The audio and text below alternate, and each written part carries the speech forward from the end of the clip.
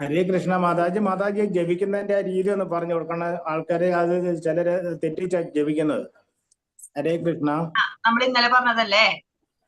ഇപ്പൊ ഞാൻ കണ്ടത്, അത് കേട്ടത്, അതുകൊണ്ടാ പറയാൻ വിചാരിച്ചത്.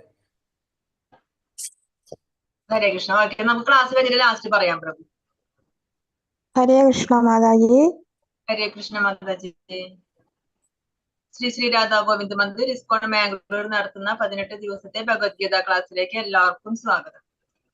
ഓം ജ്ഞാനതിമിരാന്ധസ്യ ജ്ഞാനാഞ്ജനശലാഖയാ ചക്ഷുരുന്മീലിതം യേന തസ്മൈ ശ്രീ ഗുരുവേ നമഃ. ശ്രീ ചൈതന്യ മനോഭീഷ്ടം സ്ഥാപിതം യേന ഭൂതലേ സ്വയം രൂപ കഥാ മഹ്യം ദദാതി സ്വപദാന്തികം. വന്ദേഹം ശ്രീഗുരോ ശ്രീയൂതപദകമലം ശ്രീഗുരുൻ വൈഷ്ണവാംശ്ച ശ്രീരൂപം സാഗ്രജാതം സഗണ രഘുനാഥാന്വിതം തം സജീവം സാദ്വൈതം സാവധൂതം പരിജന സഹിതം കൃഷ്ണ ചൈതന്യദേവം ശ്രീരാധാ കൃഷ്ണപാദാൻ സഗണ ലളിത ശ്രീ വിശാഖാന്വിതാംശ്ച. ഹേ കൃഷ്ണ കരുണാ സിന്ധോ ദീനബന്ധോ ജഗത്പദേ ഗോപേശ ഗോപികാ കാന്ത രാധാ കാന്ത നമോസ്തുതേ. തപ്ത കാഞ്ചന ഗൗരാംഗീ രാധേ വൃന്ദാവനേശ്വരി വൃഷഭാനുസുതേ ദേവി പ്രണമാമി ഹരിപ്രിയേ. വാഞ്ചാകൽപതരുഭ്യശ്ച കൃപാ സിന്ധുഭ്യ ഏവ ച പതിതാനാം പാവനേഭ്യോ വൈഷ്ണവേഭ്യോ നമോ നമഃ.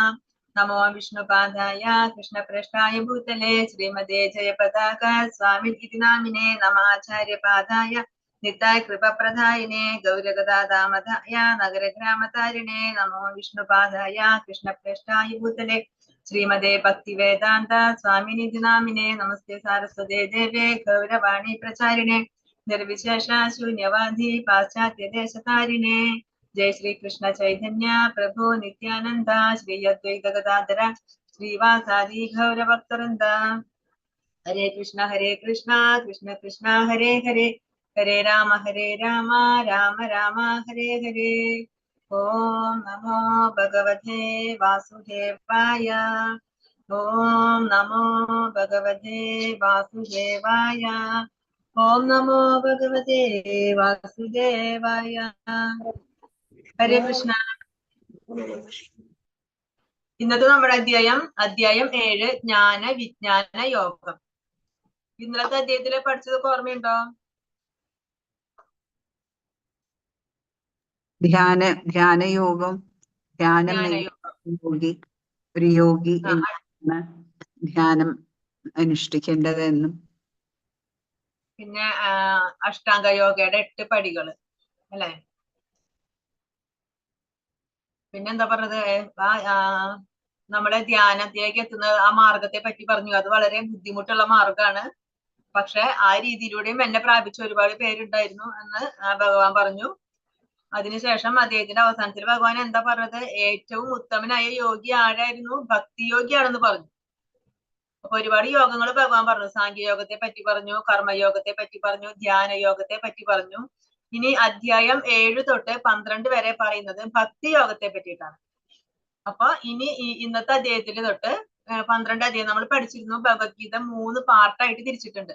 ആദ്യത്തെ 6 അധ്യായങ്ങള് കർമ്മയോഗം, അത് കഴിഞ്ഞിട്ടുള്ള 6 അധ്യായങ്ങള് ഭക്തിയോഗം, അവസാനത്തെ 6 അധ്യായം ജ്ഞാനയോഗം. അപ്പൊ ഇന്ന് നമ്മൾ പഠിക്കുന്നത് ജ്ഞാന വിജ്ഞാന യോഗം. ജ്ഞാനം എന്ന് പറഞ്ഞാൽ എന്താണ്?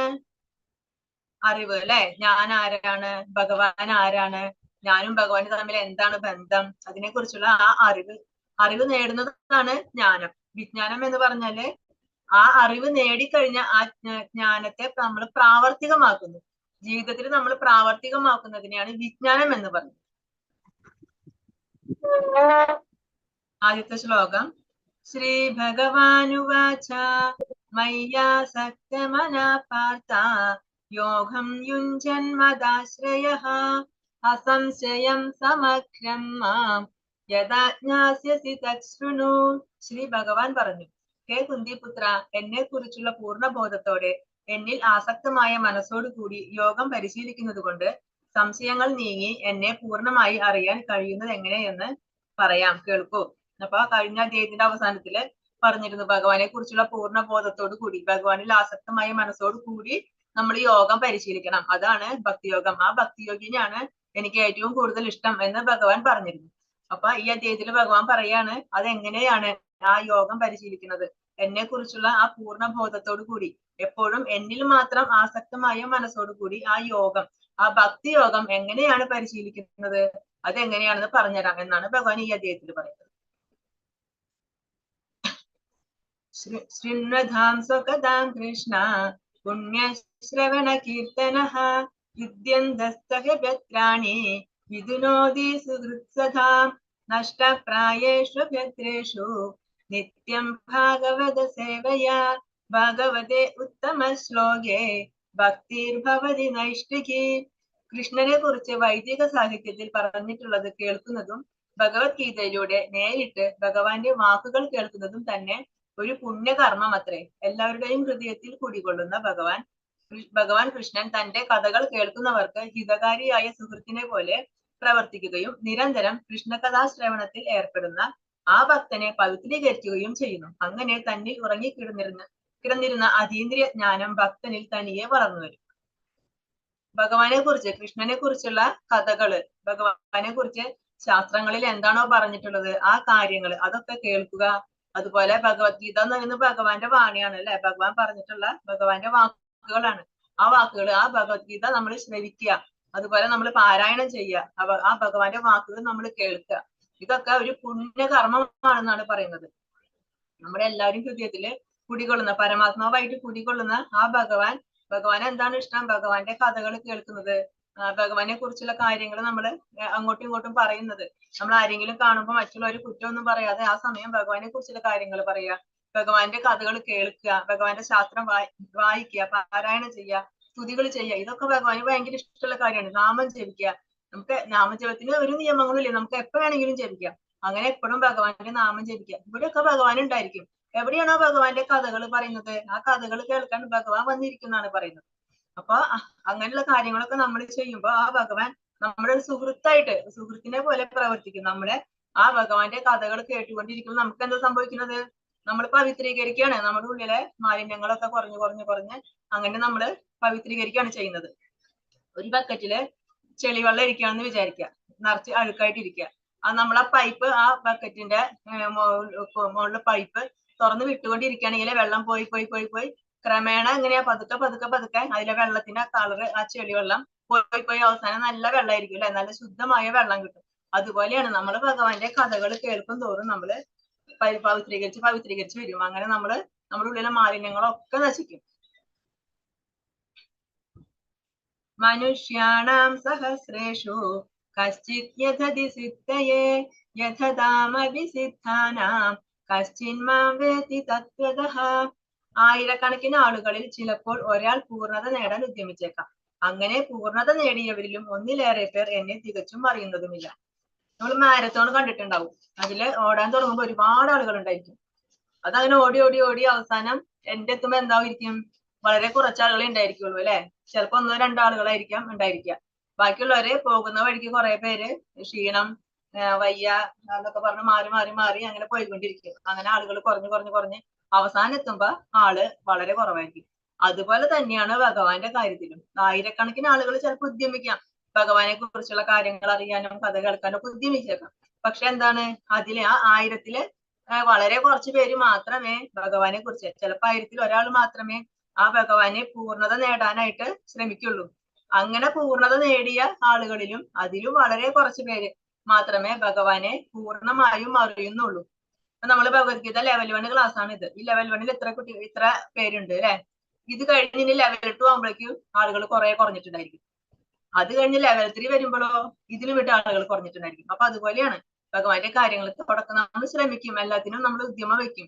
പക്ഷെ അത് കഴിഞ്ഞ് പിന്നെ പോകും തോറും ആളുകൾ കുറഞ്ഞ് അതിനോടുള്ള താല്പര്യം കുറഞ്ഞ് അങ്ങനെ മാറിപ്പോകും. അപ്പൊ അതുപോലെയാണ് ഭഗവാനിലേക്ക് എത്താനായിട്ട് ശ്രമിക്കും കുറെ പേര്, പക്ഷെ എത്തുന്നവര് വളരെ കുറച്ചായിരിക്കും. ഈശ്വര പരമാ കൃഷ്ണ സച്ചിദാനന്ദ വിഗ്രഹ അനാദിരാദിർ ഗോവിന്ദ സർവകാരണ കാരണം. കൃഷ്ണനാണ് പരംപുരുഷനായ ഭഗവാൻ. സർവകാരണങ്ങൾക്കും കാരണഭൂതനും ആദിപുമാനുമായ ഗോവിന്ദനും അദ്ദേഹം തന്നെ. ബ്രഹ്മസംഹിതയിലെ ബ്രഹ്മാവിന്റെ സ്തുതിയാണിത്. ഭക്തിയില്ലാത്തവർക്ക് അദ്ദേഹത്തെ മനസ്സിലാക്കാൻ വളരെ പ്രയാസമാണ്. ഭക്തിയുടെ സേവനത്തിന്റെ വഴി എത്രയും എളുപ്പമുള്ളതെന്ന് അവർ ഉദ്ഘോഷിക്കും. ഇത് അഭക്തന്മാർക്ക് പരിശീലിക്കാൻ കഴിയുകയില്ല. ഭക്തിമാർഗം ഇത്രയും നിഷ്പ്രയാസമാണെങ്കിൽ അവർ എന്തിന് വിഷമമുള്ള വഴിക്ക് നീങ്ങുന്നു? ഇപ്പൊ ഭക്തി ഇല്ലാത്ത ആളുകള്, അഭക്തരായ ആളുകൾ എന്ത് പറയും? ഈ ഭക്തിമാർഗം ഇതൊക്കെ വളരെ എളുപ്പമുള്ള കാര്യല്ലേ, നിങ്ങൾ വെറുതെ ഒരു നാമം ജപിച്ചാൽ മാത്രം പോരെ, ഇത് അത്ര ബുദ്ധിമുട്ടുള്ള കാര്യങ്ങളല്ല. ഇപ്പൊ നമ്മളൊക്കെ ഭക്തി പരിശീലിക്കുമ്പോ അവർ പറയും ഇതൊക്കെ നിങ്ങൾ ചെയ്ത് ഇത്ര വലിയ കാര്യമൊന്നുമല്ല, ഇത് അത്ര ബുദ്ധിമുട്ടുള്ള കാര്യമൊന്നുമല്ല, ഇത് ആർക്കും ചെയ്യാൻ പറ്റുന്നതാണ്, വെറുതെ ഒരു നാമം ജപിക്കല്ലേ വേണ്ടു, അങ്ങനെയൊക്കെ പറയും. എന്നാ പക്ഷെ അവരെ എന്തുകൊണ്ട് തെരഞ്ഞെടുക്കുന്നില്ല? ഇപ്പൊ അവര് പറയാണ് ശരി, അത്രയും ബുദ്ധിമുട്ടില്ലാത്ത കാര്യമാണെങ്കിൽ പിന്നെ എന്തുകൊണ്ട് ഇത്രയും എളുപ്പമുള്ള മാർഗം അവര് തെരഞ്ഞെടുക്കുന്നില്ല? അപ്പൊ ഭക്തി എളുപ്പമാണോ ചോദിച്ചു കഴിഞ്ഞാൽ ചെയ്യുന്നവർക്ക് നമ്മളോട് അതിനൊരു താല്പര്യം വേണം. ഇതിലും ഒരുപാട് നിയമങ്ങളുണ്ട്. നമ്മൾ പറഞ്ഞ സാധനാ ഭക്തി ഒരുപാട് നിയമങ്ങളും ഒക്കെ അനുസരിച്ചിട്ട് വേണം. ബ്രഹ്മമുഹൂർത്തത്തിൽ എണീക്കണം, ഭഗവാനെ ദിവസം ആരതി ചെയ്യണം, 16 മാല ജപിക്കണം, ബുക്കുകൾ വായിക്കണം, അതുപോലെ ഭഗവാനെ ഓഫർ ചെയ്ത പ്രസാദം മാത്രമേ കഴിക്കാൻ പാടുള്ളൂ. അങ്ങനെ ഒരുപാട് നിയമ നിബന്ധനകൾ ഉണ്ട് അല്ലെ. അപ്പൊ അതൊക്കെ നമ്മൾ താല്പര്യത്തോടു കൂടി ചെയ്യണം. അങ്ങനെ നമ്മൾ ചെയ്യുന്നവർക്ക് എപ്പോഴും ഭഗവാന്റെ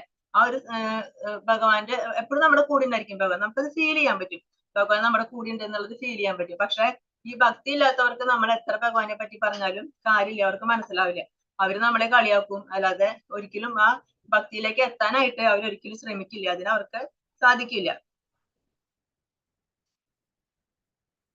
ഭൂമിരാഭോ നലോ വായു ഖമ്മനോ ബുദ്ധിരേവ ച അഹങ്കാര ഇധീയം മേ ഭിന്ന പ്രകൃതിരഷ്ടത. എന്റെ ഭിന്നമായ ഭൗതിക പ്രകൃതി ഭൂമി, ജലം, അഗ്നി, വായു, ആകാശം, മനസ്സ്, ബുദ്ധി, മിഥ്യാഹങ്കാരം എന്നിങ്ങനെ 8 എണ്ണം അടങ്ങുന്നതാണ്. അപ്പൊ ഭഗവാൻ പറയുന്നത് ഭഗവാന്റെ ഈ ഭൗതിക പ്രകൃതി, ഈ ഭിന്നമായ ഭൗതിക പ്രകൃതി എന്താണ്? ഈ ഭിന്നമായ ഭൗതിക പ്രകൃതി നമ്മുടെ ശരീരത്തെ പറ്റിയിട്ടാണ് പറയുന്നത്. ആ ശരീരം എന്തൊക്കെയുള്ളതാണ്? ഭൂമി, ജലം, അഗ്നി, വായു, ആകാശം, ഈ പഞ്ചഭൂതങ്ങൾ, പിന്നെ മനസ്സ്, ബുദ്ധി, മിഥ്യാഹങ്കാരം. ഈ 8 ഘടകങ്ങൾ കൊണ്ടാണ് നമ്മുടെ ശരീരം നിർമ്മിച്ചിരിക്കുന്നത്. അതിലെ 5 എണ്ണം സ്ഥൂലമാണ്. ഏതൊക്കെയാണ്? ഈ പഞ്ചമഹാഭൂതങ്ങൾ, അത് സ്ഥൂലം. പിന്നെ ബാക്കി 3 എണ്ണം മനസ്സ്, ബുദ്ധി, മിഥ്യാഹങ്കാരം, ഇത് സൂക്ഷ്മം. ഇങ്ങനെ ഈ 8 ഘടകങ്ങൾ കൊണ്ടാണ് നമ്മുടെ ഈ ഭൗതിക ശരീരം നിർമ്മിച്ചിരിക്കുന്നത്. അപ്പൊ ഈ ശരീരം നശിക്കുന്നതാണ്, ഇതിനൊരു കാലാവധി ഉണ്ട്. അത് കഴിഞ്ഞ് ഈ ശരീരം നശിക്കുമ്പോ ഈ പഞ്ചഭൂതങ്ങൾ, ആ പഞ്ചഭൂതങ്ങള് ഈ പഞ്ചഭൂതങ്ങളിൽ തന്നെ ചേരും. പക്ഷെ ബാക്കിയുള്ള മനസ്സ്, ബുദ്ധി, മിഥ്യാഹങ്കാരം, ഈ സൂക്ഷ്മ ഘടകങ്ങളും കൊണ്ടാണ് നമ്മൾ അടുത്ത ജന്മത്തിലേക്ക് പോകുന്നത്. അപ്പൊ നമ്മുടെ മനസ്സിൽ എന്തൊക്കെ ഉണ്ടായിരുന്നു? നമ്മുടെ ബുദ്ധി കൊണ്ട് നമ്മൾ ചെയ്ത കാര്യങ്ങൾ, നമ്മുടെ മിഥ്യാഹങ്കാരം, ഈ 3ഉം നമ്മുടെ അടുത്ത ജന്മത്തിലും നമ്മുടെ കൂടെ ഉണ്ടായിരിക്കും.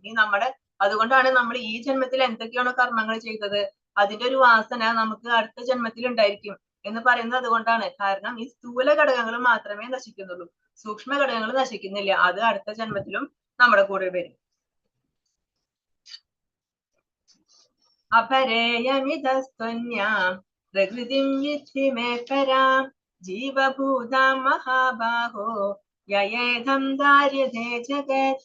ഇവയ്ക്ക് പുറമെ ഹേ മഹാബാഹുവായ അർജുന, എനിക്ക് മറ്റൊരു ഉത്കൃഷ്ട ശക്തി കൂടിയുണ്ട്. ഈ താഴ്ന്ന തരം ഭൗതിക പ്രകൃതിയുടെ വിഭവങ്ങളെ ചൂഷണം ചെയ്യുന്ന ജീവഗണങ്ങളാണ് അത്.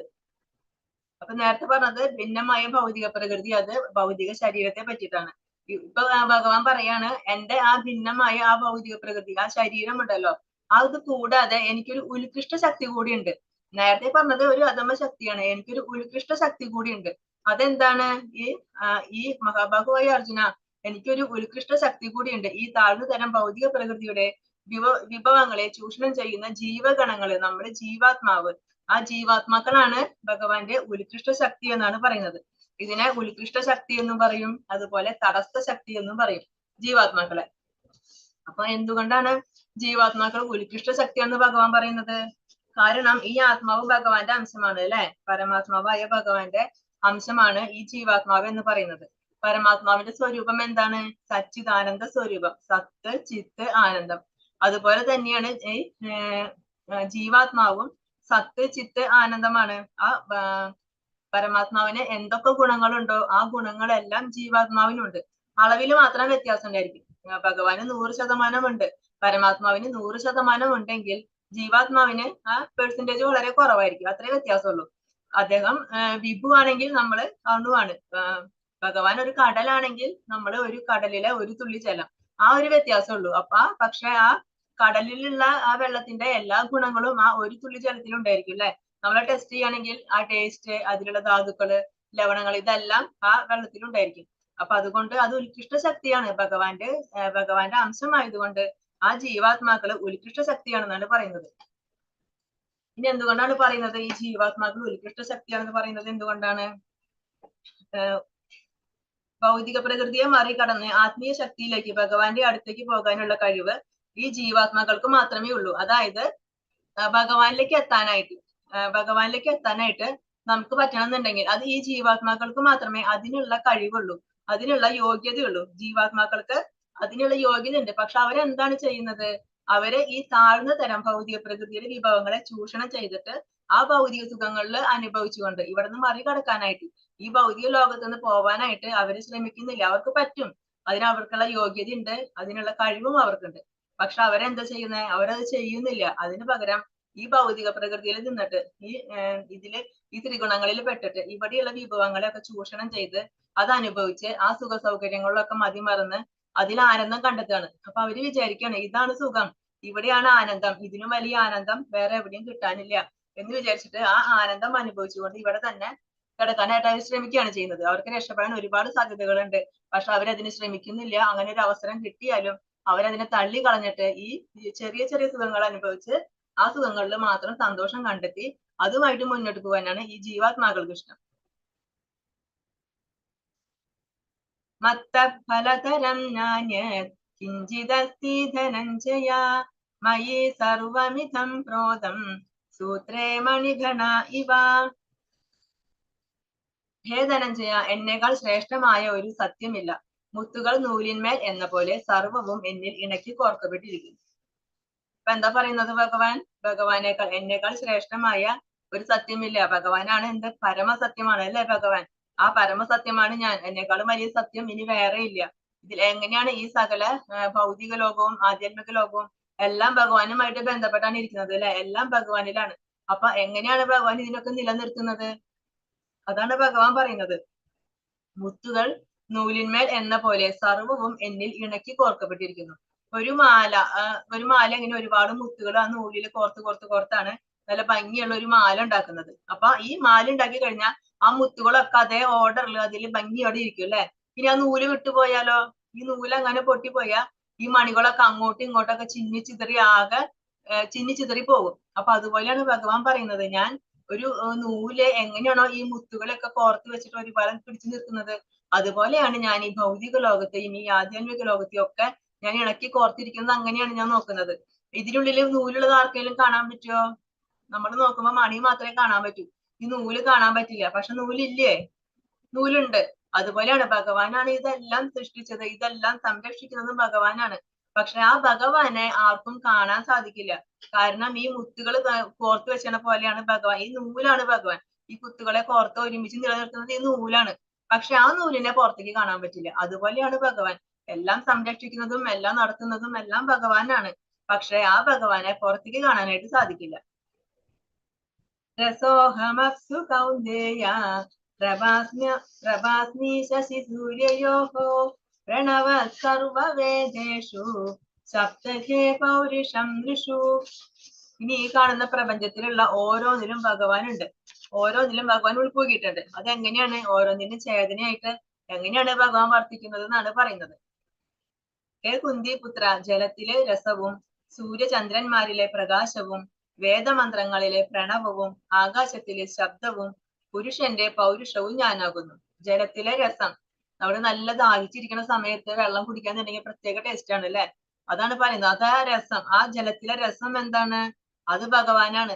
അതുപോലെ സൂര്യന്റെയും ചന്ദ്രന്റെയും ആ പ്രകാശം അതാരാണ്? അത് ഭഗവാന്റെ ശക്തിയാണ്, ഭഗവാന്റെ ചൈതന്യമാണ്. പിന്നെ അതുപോലെ വേദമന്ത്രങ്ങളിലെ പ്രണവം, ഓംകാരമില്ലാതെ ഒരു മന്ത്രത്തിന് നിലനിൽപ്പില്ല. നമ്മൾ ഏത് മന്ത്രം ചൊല്ലുകയാണെങ്കിലും അതിനു മുമ്പ് ആദ്യം തന്നെ ഓംകാരം പറഞ്ഞിട്ടാണ് മന്ത്രങ്ങൾ ചൊല്ലുക. ഓം നമോ നാരായണായ, ഓം നമോ ഭഗവതേ വാസുദേവായ. അങ്ങനെ ഏത് മന്ത്രം ചൊല്ലുമ്പോഴും ഓംകാരം ചൊല്ലിക്കൊണ്ടാണ് മന്ത്രം ചൊല്ലുക. അപ്പൊ ആ മന്ത്രങ്ങളിലെ ഓം എന്ന് പറയുന്ന ആ പ്രണവം അതും ഭഗവാനാണ്. പിന്നെ ആകാശത്തിലെ ശബ്ദം ഭഗവാനാണ്. പുരുഷന്റെ പൗരുഷം ഭഗവാനാണ്. ഈ പഞ്ചഭൂതങ്ങളിലെ ആകാശം എന്നുള്ള ആ ഘടകമാണ് നമ്മളിപ്പോ സംസാരിക്കുമ്പോ ആ ശബ്ദമായിട്ട് ആ കേൾക്കുന്നതിന് കാരണം. അപ്പൊ അതിലെ ശബ്ദം ആരാണ്? അത് ഭഗവാനാണെന്നാ പറയുന്നത്. പിന്നെ പുരുഷന്റെ പൗരുഷം, അതും ഭഗവാനാണ്. ബീജം മാം സർവഭൂതാനാം വിദ്ധി പാർത്ഥ സനാതനം ബുദ്ധിർബുദ്ധിമതാമസ്മി തേജസ് തേജസ്വിനാമഹം. ഹേ കുന്തിപുത്ര, സർവ ജീവജാലങ്ങളുടെയും ആദിബീജം ഞാനാണെന്ന് നീ അറിയണം. ബുദ്ധിമാന്മാരുടെ ബുദ്ധിയും ശക്തിയും തേജസ്വികളുടെ തേജസ്സും ഞാൻ തന്നെ. സർവ ജീവജാലങ്ങളുടെയും ആദിബീജം ഭഗവാനാണെന്നാണ് പറയുന്നത്. ആദിബീജം എന്ന് പറഞ്ഞാൽ സൃഷ്ടിച്ചത്, സർവ ജീവജാലങ്ങളെയും സൃഷ്ടിച്ചത് ഭഗവാൻ തന്നെയാണ്. അവരുടെ അഹം ബീജപ്രദാപിത എന്ന് ഭഗവാൻ പറയുന്നുണ്ട്. ഇനി വരുന്ന അധ്യായങ്ങൾ പറയാൻ പോകുന്നുണ്ട്. അതായത് അവർക്കൊക്കെ ആ എല്ലാവരുടെയും ആദി പിതാവ് ഞാനാണ്. അവർക്ക് ബീജം നൽകിയ ആ ആദി പിതാവ് ഞാനാണ്. കാരണം എല്ലാം സൃഷ്ടിച്ചതാരാ? ഭഗവാനല്ലേ. അതുകൊണ്ട് ആദി ബീജം ഞാനാണ്. പിന്നെ ബുദ്ധിമാന്മാരുടെ ബുദ്ധിമാന്മാരുടെ ആ കഴിവുണ്ടല്ലോ, ബുദ്ധി, ആ ബുദ്ധി ഞാനാണ്. ശക്തന്മാരുടെ ശക്തി ഉണ്ടല്ലോ, ആ ശക്തി ഞാനാണ്. അതുപോലെ തേജസ്വികളുടെ ആ തേജസ്, അതും ഞാൻ തന്നെയാണ്. എല്ലാം നമ്മൾ എന്തെടുത്ത് നോക്കുകയാണെങ്കിലും എല്ലാത്തിലുമുള്ള ആ ഉത്കൃഷ്ടമായ ആ ഘടകം അതെന്താണ്? അതെല്ലാം ഭഗവാനാണ്. ഭഗവാന്റെ ശക്തി, ഭഗവാന്റെ ചൈതന്യമാണ് ആ കാണുന്നത് മുഴുവൻ.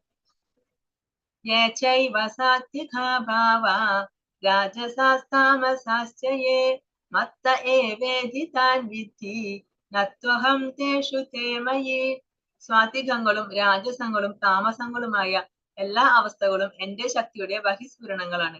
ഒരർത്ഥത്തിൽ അവയെല്ലാം ഞാൻ തന്നെ. എങ്കിലും ഞാൻ അവയ്ക്ക് അധീനനല്ല. ഞാൻ ഭൗതിക ഗുണങ്ങൾക്ക് അധീനനല്ല, മറിച്ച് അവയെല്ലാം എന്നിൽ നിലകൊള്ളുന്നു. ഈ ഭൗതിക പ്രകൃതിയുടെ 3 ഗുണങ്ങളാണ് സത്വഗുണം, രജോ ഗുണം, തമോ ഗുണം. അപ്പൊ ഭഗവാൻ പറയാണ്, ഈ ത്രിഗുണങ്ങൾ ഉണ്ടല്ലോ, ഈ സത്വഗുണം, രജോ ഗുണം, തമോ ഗുണം, ആ 3 ഗുണങ്ങൾ ഉണ്ടല്ലോ, ഈ ഗുണങ്ങള് എന്റെ ശക്തിയിൽ നിന്നാണ് ഉണ്ടായത്. പക്ഷെ അത് വിചാരിച്ചിട്ട് അവ എന്നെ ബാധിക്കൊന്നുമില്ല. അത് എന്റെ ശക്തിയിൽ നിന്ന് ഉണ്ടായെങ്കിലും എന്നെ ഒരിക്കലും അത് ബാധിക്കില്ല. അതൊക്കെ എന്റെ താഴെയാണ്, എന്റെ അധീനത്തിലാണ് അവരൊക്കെ നിൽക്കുന്നത്. ഉദാഹരണം, നമ്മൾ ചിലന്തി വല കെട്ടുന്നത് കണ്ടിട്ടുണ്ടായിരിക്കും. ചിലന്തി വല കെട്ടി കാത്തിരിക്കും. അപ്പൊ അത് കുഞ്ഞു കുഞ്ഞു പ്രാണികൾ വരുമ്പോ ആ വലയിൽ കുടുങ്ങും. പിന്നെ ആ പ്രാണികൾക്ക് പുറത്തേക്ക് കിടക്കാനായിട്ട് പറ്റില്ല, ആ വലയിൽ കുടുങ്ങി പോകും. അപ്പൊ ചിലന്തി വന്നിട്ട് അതിനെ ഭക്ഷിക്കും. പക്ഷെ ഈ ചിലന്തി ഒരിക്കലും ആ വലയിൽ കുടുങ്ങില്ല. അതുപോലെയാണ് ഭഗവാൻ പറയുന്നത്, ഈ മായൊക്കെ, ഈ ത്രിഗുണങ്ങളൊക്കെ ഉണ്ടാക്കിയത് ആരാണ്? ഞാനാണ്. പക്ഷെ അത് വിചാരിച്ചിട്ട് അവ എന്നെ ബാധിക്കില്ല. ഞാന് എന്റെ അധീനത്തിലാണ് അവരൊക്കെ വരുന്നത്. ഞാൻ അതിനൊക്കെ അതീതമാണ്. എന്നെ ഒരിക്കലും ബാധിക്കില്ല. ത്രിഗുണങ്ങളൊന്നും, ഈ 3 അവസ്ഥകൾ, ഇതൊന്നും ഒരിക്കലും എന്നെ ബാധിക്കില്ല. ദൈവീ ഹേഷാ ഗുണമയീ മമ മായാ ദുരത്യയാ മാമേവ യേ പ്രപദ്യന്തേ മായാമേധാം തരന്തിതേ. 3 പ്രകൃതി ഗുണങ്ങൾ അടങ്ങിയ എന്റെ ദിവ്യശക്തിയെ അതിജീവിക്കുക എളുപ്പമല്ല. എന്നാൽ എനിക്കായി സ്വയം സമർപ്പിക്കുന്നവർക്ക് അത് നിഷ്പ്രയാസം സാധിക്കും. ഭഗവാൻ പറയാണ്, 3 പ്രകൃതി ഗുണങ്ങൾ അടങ്ങിയ ആ ദിവ്യശക്തി. ഏതാണ് ഭഗവാന്റെ ദിവ്യശക്തി? മായ പീഡ പറയുന്നത്. ആ മായ ഉണ്ടല്ലോ, ആ മായയെ അതിജീവിക്കുക എളുപ്പമല്ല. മമ മായ ദുരത്യയ, എന്റെ മായ ദുരത്യയാണ്. അത്ര പെട്ടെന്നൊന്നും എന്റെ മായനെ അതിജീവിക്കാൻ പറ്റില്ല. ഇത് ദൈവിയാണ്, ദൈവികമായതാണ് ആ മായ. അതുപോലെ ദിവ്യമായതാണ്. കാരണം എന്താ? എന്തുകൊണ്ടാണ് മായ ദിവ്യമാണെന്ന് പറയുന്നത്? ദൈവീ ശേഷ ഗുണമയി. എന്തുകൊണ്ടാണ് ദിവ്യമാണെന്ന് പറയുന്നത്? ആ മായ വന്നത് ഭഗവാനിൽ നിന്നാണ്. അതുകൊണ്ട് എന്നിൽ നിന്ന് വന്നതായതുകൊണ്ട് അവള് ദിവ്യയാണ്. പിന്നെ എന്താ? അവള് ഗുണമയിയാണ്. ആ ത്രിഗുണങ്ങൾ അടങ്ങിയതാണ്. ഈ ഭൗതിക പ്രകൃതിയിൽ വന്നു കഴിഞ്ഞാൽ ആ മായ ഈ ഭൗതിക പ്രകൃതിയുടെ ത്രിഗുണങ്ങൾ അടങ്ങിയതാണ്. ആ മായ ഉണ്ടല്ലോ, അത് മമ മായ ദുരത്തിയ, എന്റെ മായ അത് അത്ര എളുപ്പമല്ല മറികടക്കാനായിട്ട്, ഇത്തിരി ബുദ്ധിമുട്ടാണ്. പക്ഷെ സാധിക്കും. ഭഗവാൻ സാധിക്കില്ല എന്ന് പറയുന്നില്ല. എന്റെ മായ കടക്കാൻ ബുദ്ധിമുട്ടാണ് എന്നേ പറഞ്ഞിട്ടുള്ളൂ. ഒരിക്കലും കടക്കാൻ പറ്റില്ല എന്ന് പറയുന്നില്ല. കടക്കാൻ പറ്റും. ആർക്ക് പറ്റും? മാമേവ യേ പ്രപദ്യന്തേ, ആരാണോ എന്നെ ശരണം പ്രാപിക്കുന്നത്, എനിക്കായി സ്വയം സമർപ്പിക്കുന്നത് ആരാണോ, അവർക്ക് എന്റെ മായ നിഷ്പ്രയാസം തരണം ചെയ്യാൻ സാധിക്കും എന്നാണ് ഭഗവാൻ പറയുന്നത്. ഉദാഹരണം, നമ്മളിപ്പോ ഒരു വീട്ടിൽ പോയി. ആ വീട്ടിൽ പോകുമ്പോ അവിടെ പട്ടിയുണ്ട്. പട്ടി ഉണ്ടെങ്കിൽ നമുക്ക് അങ്ങോട്ട് കടക്കാൻ പറ്റില്ല. കാരണം പട്ടി നമ്മളെ ആക്രമിക്കും. അപ്പൊ നമ്മൾ പേടിച്ചിട്ട് ഗേറ്റിന്റെ അവിടെ നിൽക്കും. എന്നിട്ട് ആ വീടിന്റെ ഉടമസ്ഥൻ ആരാണോ അദ്ദേഹത്തെ വിളിക്കും.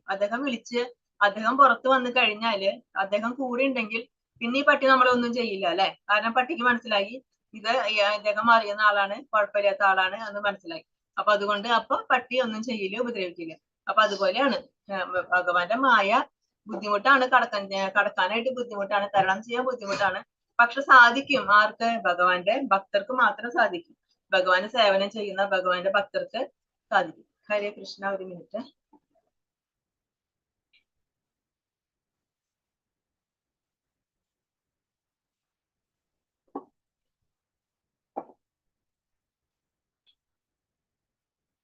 ഹരേ കൃഷ്ണ. നമാം ദുഷ്കൃതിനോ മൂഢാ പ്രപദ്യന്തെ നരാതമഃ മായയാ ബഹൃതജ്ഞാന ആസുരം ഭാവമാശ്രിതാഃ. പിന്നെ ഭഗവാൻ പറയാൻ പോകുന്നത് ഭഗവാനെ ആരാധിക്കുന്ന 4 കൂട്ടം ആളുകൾ, അതുപോലെ ഭഗവാനെ ആരാധിക്കാത്ത, ഭഗവാനെ ആശ്രയിക്കാത്ത 4 കൂട്ടം ആളുകൾ, അവരെ പറ്റിയിട്ടാണ് ഇനി പറയാൻ പോകുന്നത്. അതിൽ ഈ ശ്ലോകത്തിൽ പറയുന്നത് ആരാണ്? ഭഗവാനെ ആശ്രയിക്കാത്ത 4 കൂട്ടം ആളുകൾ. ദുഷ്കൃതരായ മൂഢന്മാരും മനുഷ്യ അധമന്മാരും മായയാൽ അപഹരിക്കപ്പെട്ട ജ്ഞാനത്തോടു കൂടിയവരും നിരീശ്വരരുമായവർ എന്നെ ശരണം പ്രാപിക്കുന്നില്ല. അപ്പൊ ആരൊക്കെ പറയുന്നത്? ദുഷ്കൃതിനോ മൂഢന്മാര്. ആര് മൂഢന്മാരെന്ന് പറയുന്നത്? അവരുടെ വിചാരം എന്താ? നമ്മുടെ മനുഷ്യ ജീവിതത്തിന്റെ ലക്ഷ്യം എന്താണ്? കുറെ കഠിനാധ്വാനം ചെയ്യുക, കുറെ സമ്പാദിക്കുക, കുറെ ധനം ശേഖരിക്കുക, ആ ധനം ഒക്കെ ചെലവാക്കി ഇന്ദ്രിയ സുഖങ്ങൾ അനുഭവിക്കുക. ഇതാണ് മനുഷ്യ ജീവിതത്തിന്റെ ലക്ഷ്യം എന്ന് വിശ്വസിക്കുന്ന ആളുകളാണ് മൂഢന്മാർ എന്ന് പറയുന്നത്. ആ മൂഢന്മാര് ഒരിക്കലും ഭഗവാനെ ആശ്രയിക്കില്ല. പിന്നെ ആരാണ്? മനുഷ്യ അധമന്മാര്. മനുഷ്യന്മാരിൽ തന്നെ അധമന്മാരായിട്ടുള്ളവര്. അവർക്ക് ഒട്ടും മനുഷ്യത്വം ഒട്ടും തൊട്ട് തീണ്ടിയിട്ടുണ്ടായിരിക്കില്ല. അവർക്ക് ധർമ്മശാസ്ത്രത്തിൽ വിശ്വാസം ഉണ്ടായിരിക്കില്ല, ഭഗവാനെ കുറിച്ചുള്ള വിശ്വാസം ഉണ്ടായിരിക്കില്ല, ഭഗവാൻ പറയുന്ന കാര്യങ്ങളൊന്നും പാലിക്കില്ല, അതൊന്നും അംഗീകരിക്കില്ല ഒരിക്കലും പറഞ്ഞ്. അങ്ങനെ മനുഷ്യന്മാരിൽ തന്നെ അധമന്മാരാണ് അവര്. അവരും ഭഗവാനെ ആശ്രയിക്കില്ല. പിന്നെ മായയാൽ അപഹരിക്കപ്പെട്ട ജ്ഞാനത്തോട് കൂടിയവർ. അവർക്ക് ജ്ഞാനമുണ്ടോ എന്ന് ചോദിച്ചാൽ ഉണ്ടായിരിക്കും, ഭൗതിക ജ്ഞാനം ഉണ്ടായിരിക്കും. ചിലപ്പോൾ സ്കോളേഴ്സ് ഒക്കെ ആയിരിക്കും, നല്ല വലിയ ഡിഗ്രി ഒക്കെ എടുത്തിട്ടുണ്ടാവും, PhD എടുത്തിട്ടുണ്ടാവും, നല്ല ഭൗതികമായി നല്ല വിദ്യാഭ്യാസമുള്ളവരായിരിക്കും. പക്ഷെ എന്താ കാര്യം? അവർക്ക് ഭഗവാനെ പറ്റി ഒന്നും അറിയില്ല. ഭഗവാനെ പറ്റി പറഞ്ഞു കഴിഞ്ഞാലോ അവർക്കത് മനസ്സിലാവില്ല. അവർ അഹങ്കരിക്കും. ഞാൻ വലിയ നോളജ് ഉള്ള ആളാണ്, ഞാൻ നല്ല ജ്ഞാനിയാണ്, എനിക്ക് നല്ല വിദ്യാഭ്യാസം ഉണ്ട്, എനിക്ക് ഇതിന്റെ ഒന്നും ആവശ്യമില്ല എന്ന് പറഞ്ഞിട്ട് അവരുടെ ജ്ഞാനത്തെ പറ്റി അഹങ്കരിക്കുന്നത്. അവരാണ് മായയാൽ അപഹരിക്കപ്പെട്ട ജ്ഞാനത്തോട് കൂടിയവർ. പിന്നെ ആരാണ്? നിരീശ്വരര്. അതായത് ആസുരം ഭാവം ആശ്രിത, അസുരന്മാര് എന്ന് വെച്ചാൽ ഭഗവാനെ നിന്ദിക്കുന്നവര്. ഭഗവാനെ ആശ്രയിക്കില്ല എന്ന് മാത്രമല്ല, അവര് ഭഗവാനെ നിന്ദിച്ച് സംസാരിക്കും. ഇവരൊക്കെ ഭഗവാൻ പറയാണ്, ഈ 4 കൂട്ടം ആളുകൾ ഉണ്ടല്ലോ, ഇവരൊക്കെ ദുഷ്കൃതികളാണ്, ദുഷ്കർമ്മങ്ങൾ ചെയ്യുന്നവരാണ്, ഇവരൊരിക്കലും എന്നെ ആശ്രയിക്കില്ല. മൂഢന്മാർ ഭാരം ചുമക്കുന്ന മൃഗങ്ങളെ പോലെയാണിവർ. പ്രയത്നത്തിന്റെ ഫലം സ്വയം അനുഭവിക്കണം അവർക്ക്. ഭഗവാന് വേണ്ടി അത് സമർപ്പിക്കാൻ അവർ തയ്യാറല്ല. ഇതിനുള്ള മികച്ച ഉദാഹരണം കഴുതയാണ്. കഴുത എങ്ങനെയാണ്? കഴുത എപ്പോഴും പണിയെടുത്തുകൊണ്ടിരിക്കും. കഴുതയ്ക്ക് അറിയില്ല കഴുതയുടെ കഴിവ് എന്താണെന്ന്. കഴുതയ്ക്ക് അറിയില്ല. കഴുതയുടെ വിചാരം എനിക്കൊരു കഴിവില്ല എന്ന്. അപ്പൊ കഴുതയെ കൊണ്ട് എപ്പോഴും പണിയെടുപ്പിച്ചുകൊണ്ടിരിക്കും. അതുപോലെയാണ് പറയുന്നത്. ഹരേ കൃഷ്ണ. മാതാജി ലൈവ് പോകുന്നില്ലേ മാതാജി? ഹരേ കൃഷ്ണ. ഗീത മാതാജി ലൈവ് പോകുന്നില്ലേ?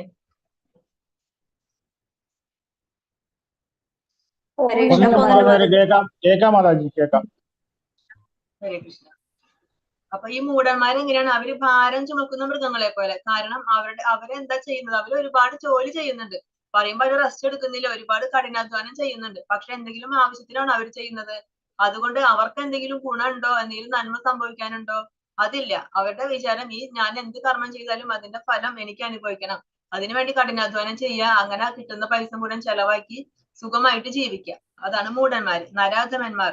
നരൻ എന്നാൽ മനുഷ്യൻ, അധമൻ ഏറെ താണവർ, മനുഷ്യന്മാരിൽ തന്നെ ഏറെ താണവര്. ഭഗവത്ഗീത ശ്രവണം കൊണ്ട് നരാധമന്മാർക്ക് പോലും മുക്തി നേടാം. പക്ഷെ നിർഭാഗ്യവശാൽ ഇത് കേൾക്കാൻ പോലും അവർ വിസമ്മതിക്കുന്നു. നമ്മൾ അവരുടെ മുമ്പിൽ വെച്ച് പറഞ്ഞാലും അവരത് കേൾക്കാൻ സമ്മതിക്കില്ല. അവരതിനെ എതിർത്തിട്ട് പോകും. പിന്നെ ദുഷ്കൃതികൾ, അതായത് മായയാൽ അപഹരിക്കപ്പെട്ട ജ്ഞാനത്തോടു കൂടിയവർ. മായികമായ ഭൗതിക ശക്തിയാൽ അവരുടെ ആർജിത ജ്ഞാനമെല്ലാം നഷ്ടപ്പെട്ടിരിക്കുന്നു. മായാശക്തി അവരെ വഴിതെറ്റിക്കുകയാൽ അവർ ഭഗവാനെ അനുസരിക്കാതിരിക്കുകയും ചെയ്യുന്നു. അവരെ മായ ബാധിച്ചു. അവരെ ഭഗവാൻ ഒരിക്കലും അനുസരിക്കില്ല. അവർക്ക് അഹങ്കാരമാണ്. ഞാൻ നല്ല ജ്ഞാനിയാണ്, എനിക്ക് നല്ല നോളജ് ഉണ്ട്, നല്ല വിദ്യാഭ്യാസം ഉണ്ട് എന്നുള്ള അഹങ്കാരമാണ് അവർക്ക്. പക്ഷെ അവരുടെ വിദ്യാഭ്യാസം എന്താണ്? അത് ഭൗതിക വിദ്യാഭ്യാസമാണ്. അതുകൊണ്ട് ആധ്യാത്മികമായ ഒരു പുരോഗതി നേടാനില്ല. പിന്നെ ആസുര സ്വഭാവികൾ. ആസുര ഭാവം ആശ്രിതാഹ. അതായത് ഇവർ തികച്ചും നാസ്തികരാണ്. ഇവർക്ക് ഭഗവാനിൽ വിശ്വാസമില്ല. അത് മാത്രമല്ല ഇവരെ എതിർത്തുകൊണ്ടിരിക്കും. ഭഗവാനെ പറ്റി പറഞ്ഞാലും അതിനെ മിണ്ടാതിരിക്കില്ല, അവരതിനെ എതിർത്തുകൊണ്ടിരിക്കും. ഇനി 4 കൂട്ടം ആളുകള്, അതായത് സുഹൃതികള്, ഭഗവാനെ പൂജിക്കുന്നവര്, ഭഗവാനെ വിശ്വസിക്കുന്നവര്, അവരെ പറ്റിയിട്ടാണ് പറയുന്നത്. ചതുർവിധ ഭജന്തേ മാം ജനാ സുഹൃതിനോർജുന ആർത്തോ ജിജ്ഞാസുലർത്ത. ഹരേ കൃഷ്ണ. ഹരേ കൃഷ്ണ. ഹരേ കൃഷ്ണ മാതാജി.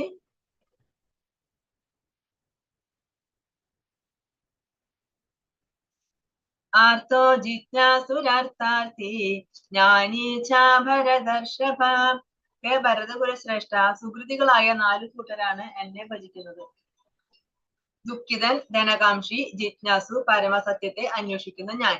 ഇനി പറയാണ്, ഇനി 4 കൂട്ടം ആളുകളുണ്ട്. അവര് സുഹൃതികളാണ്, അവര് സുഹൃതം ചെയ്തവരാണ്. കാരണം എന്താ? അവരെ എന്നെ ഭജിക്കുന്നുണ്ട്. അത് ആരൊക്കെയാണ്? ഒന്നാമത്തെ ആളാണ് ആർത്തൻ, അതായത് ദുഃഖിതൻ. എന്തെങ്കിലും ദുഃഖം മൂലം എന്തെങ്കിലും രോഗം വന്നിട്ടുണ്ടായിരിക്കാം അയാൾക്ക്, അതല്ലെങ്കിൽ കുറെ പൈസ നഷ്ടപ്പെട്ടിട്ടുണ്ടായിരിക്കാം, അതല്ലെങ്കിൽ ജീവിതത്തിൽ വേറെ എന്തെങ്കിലും ബുദ്ധിമുട്ടുകൾ വന്നിട്ടുണ്ടായിരിക്കാം, മാറാരോഗങ്ങൾ വന്നിട്ടുണ്ടായിരിക്കാം, അംഗവൈകല്യം വന്നിട്ടുണ്ടായിരിക്കാം, അല്ലെങ്കിൽ അദ്ദേഹത്തിന്റെ സമ്പത്ത് കള്ളന്മാരെ അപഹരിക്കുക, അങ്ങനെ എന്തെങ്കിലും ദുഃഖം ജീവിതത്തിൽ അനുഭവിക്കുന്നുണ്ടെങ്കിൽ അവരെ അവസാനം ആ ദുഃഖം മാറാൻ വേണ്ടി ആരെ ശരണം പ്രാപിക്കും?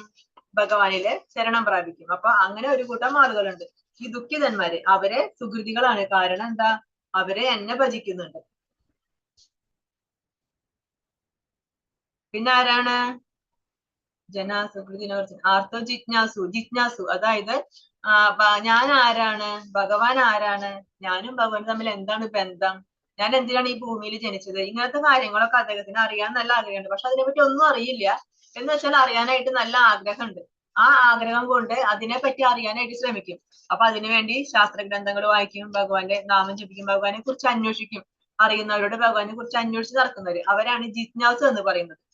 പിന്നെ അർത്ഥാർത്ഥി, അതായത് ധനം ആഗ്രഹിച്ചിട്ട്, എനിക്ക് സമ്പത്ത് വേണം, അല്ലെങ്കിൽ വേറെ എന്തെങ്കിലും, എനിക്ക് നല്ല ജോലി വേണം, എനിക്ക് പ്രശസ്തി നേടണം, എനിക്ക് നല്ല വീട് വേണം, അങ്ങനെ കാര്യങ്ങൾ ആഗ്രഹിച്ചുകൊണ്ട് ഭഗവാനെ പ്രാർത്ഥിക്കുന്ന കുറെ പേരുണ്ട്. പിന്നെയാണ് ജ്ഞാനി.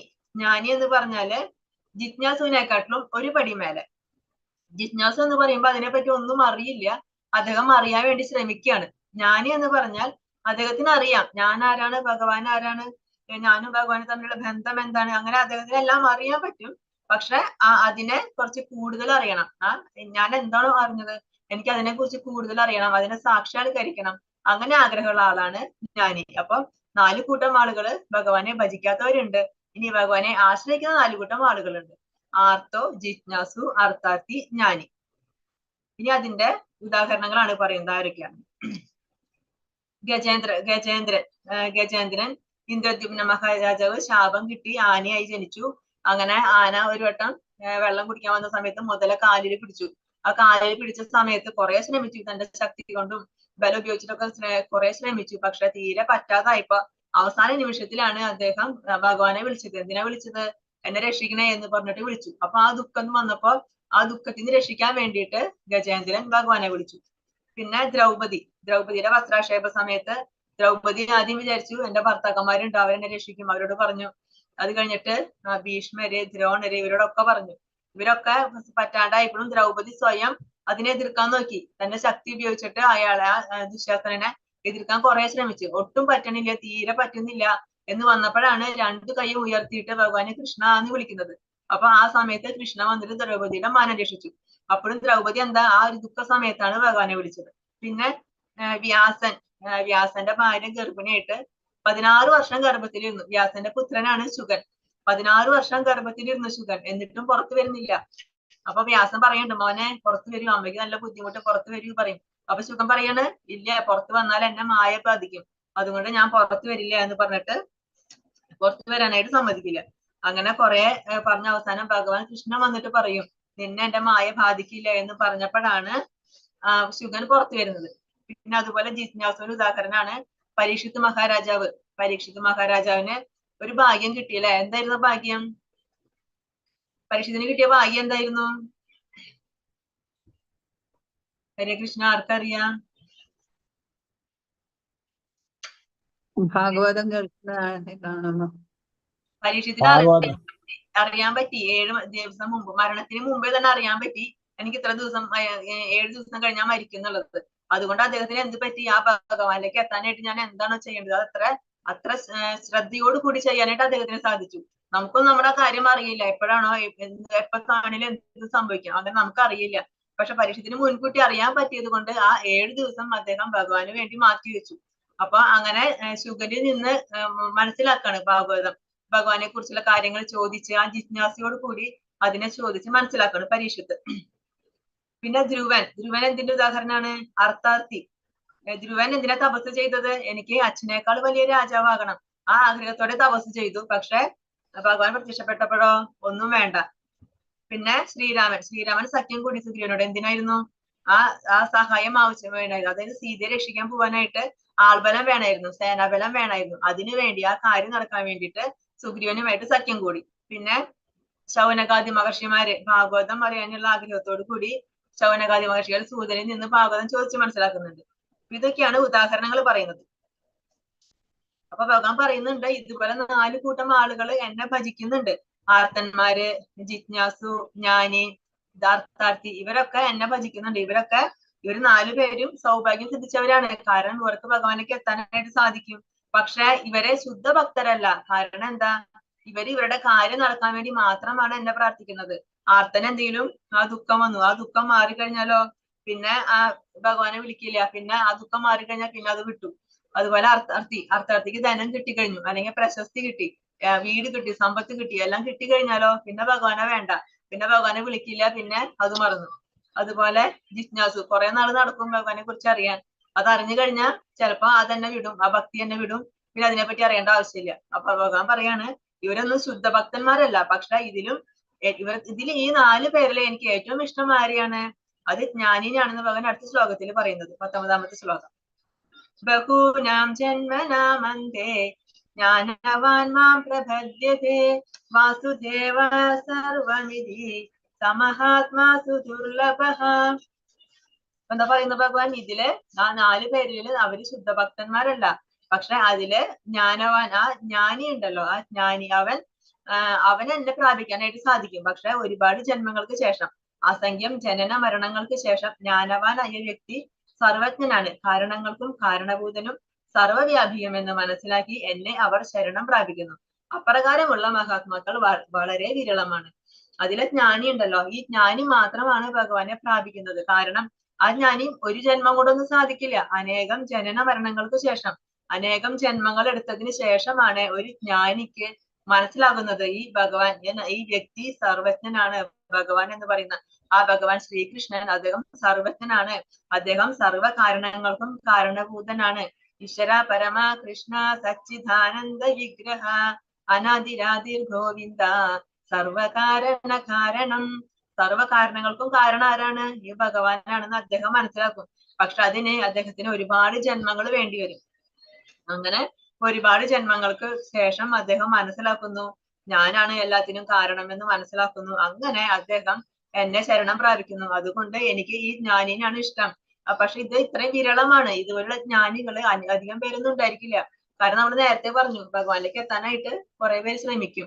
അങ്ങനെ ശ്രമിക്കുന്നതില് വളരെ കുറച്ച് പേര് മാത്രമേ ആ പൂർണ്ണത നേടുള്ളൂ. ആ പൂർണ്ണത നേടിയവരിലും 1-2 പേര് മാത്രമേ എന്നെ, ഭഗവാൻ ശ്രീകൃഷ്ണനെ എന്നെ പൂർണ്ണമായിട്ട് അറിയുന്നുള്ളൂ എന്ന് ഭഗവാൻ പറയുന്നുണ്ട്. അപ്പൊ അതുകൊണ്ട് ഈ ജ്ഞാനി ഭഗവാനിലേക്ക് എത്തും അനേകം ജന്മങ്ങൾക്ക് ശേഷം. പക്ഷെ വളരെ വിരളമായിട്ടേ അങ്ങനെ എത്തുന്നവരുള്ളൂ.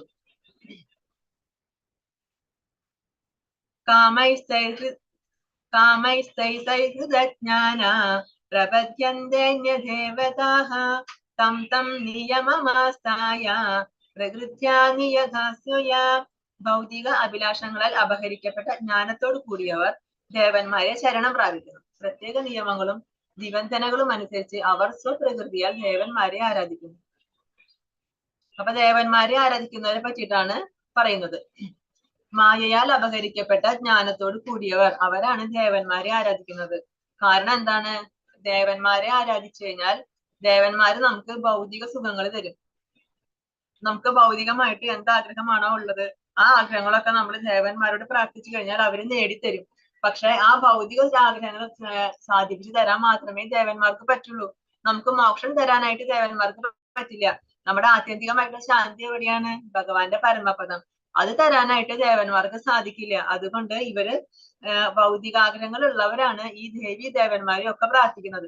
പക്ഷെ അവര് സത്വഗുണത്തിലുള്ളവരാണ്. കാരണം അവര് പ്രാർത്ഥിക്കുന്നത് ദേവന്മാരെയാണല്ലോ, ദേവി ദേവന്മാരെയാണല്ലോ. അതുകൊണ്ട് അവര് സത്വഗുണത്തിലുള്ളവരാണ്. പിന്നെ രജോ ഗുണത്തിലുള്ളവർ ആരെയാണ് പ്രാർത്ഥിക്കുക? അവര് ഈ മനുഷ്യന്മാരായിട്ടുള്ള ദൈവങ്ങളെ പ്രാർത്ഥിക്കും. ഓരോ മനുഷ്യന്മാര് പറയും എനിക്ക് ഭഗവാന്റെ എനിക്ക് ദർശനം കിട്ടി, അല്ലെങ്കിൽ ദേവിയുടെ ദർശനം കിട്ടി, ഞാൻ ദേവിയാണ്, അല്ലെങ്കിൽ ഞാൻ ഭഗവാനാണെന്നൊക്കെ പറഞ്ഞിരിക്കുന്ന കുറെ പേര് അവരെ പ്രാർത്ഥിക്കും, അവരെ പൂജിക്കും. അവരൊക്കെയാണ് രജോ ഗുണികള്. അതുപോലെ സമൂഹത്തിൽ നല്ല പണക്കാരായിട്ടുള്ള ആളുകൾ ഉണ്ടെങ്കിൽ അവരെ ദൈവങ്ങളെ പോലെ ആരാധിക്കും. ഇനി അതല്ലെങ്കിൽ വല്ല സെലിബ്രിറ്റീസ് ഉണ്ടെങ്കിൽ അവരെ ആരാധിക്കുക. അങ്ങനെയുള്ള ആളുകളൊക്കെ ഉണ്ട്, അവരെയാണ് രജോ ഗുണത്തിലുള്ളവര്. ഇനി തമോ ഗുണികൾ ആരെയാണ് ആരാധിക്കുക? അവര് ഭൂതപ്രേത പിശാചുക്കളെ അവരൊക്കെ ആരാധിക്കുന്നവരാണ് തമോ ഗുണത്തിലുള്ളവര്. അപ്പൊ ഇനി ശുദ്ധ സത്വഗുണത്തിലുള്ളവരാണെങ്കിൽ അവര് ഭഗവാൻ ശ്രീകൃഷ്ണനെ ആരാധിക്കും. അപ്പൊ ദേവന്മാരെ ആരാധിക്കുന്നവരും സത്വഗുണത്തിലുള്ളവരാണ്. കാരണം അവർക്ക് വേറെ മറ്റുള്ളവരെ ദ്രോഹിക്കണമെന്നോ വേറെ ആഗ്രഹമൊന്നുമില്ല. പക്ഷെ അവർക്ക് കുറെ ഭൗതിക അഭിലാഷങ്ങൾ ഉണ്ടെന്ന് മാത്രം. എന്ന് കഴിഞ്ഞാൽ ഭഗവാനെ പ്രാപിച്ചു കഴിഞ്ഞാൽ ഈ ആഗ്രഹങ്ങളൊക്കെ അവർക്ക് സാധിപ്പിക്കും. പക്ഷെ അത് അവർക്ക് അറിയുന്നില്ല. ഭഗവാനെ പ്രാർത്ഥിച്ചു കഴിഞ്ഞാൽ ഈ ആഗ്രഹങ്ങളും ഭഗവാൻ ചെയ്തു തരും, അതിന്റെ കൂടെ മോക്ഷവും തരും. പക്ഷെ അവരത് ചിന്തിക്കുന്നില്ല. അവര് തുച്ഛമായ സുഖത്തിന് വേണ്ടിയിട്ട് ദേവന്മാരെ ആരാധിക്കുന്നു.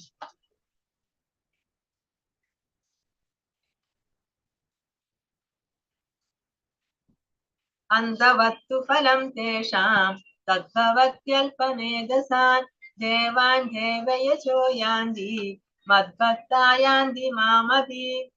മൂഢന്മാരാണ് ദേവന്മാരെ ആരാധിക്കുന്നത്. അവർക്ക് കിട്ടുന്ന ഫലമാകട്ടെ തുച്ഛവും ക്ഷണികവും അത്രേ. ദേവന്മാരെ പൂജിക്കുന്നവർ ആ ദേവന്മാരുടെ ലോകങ്ങളിലെത്തും. എന്റെ ഭക്തന്മാരാകട്ടെ പരമോന്നതമായ എന്റെ ധാമത്തിലെത്തുന്നു. ഇപ്പൊ ഭഗവാൻ പറയുന്നത് എന്താ?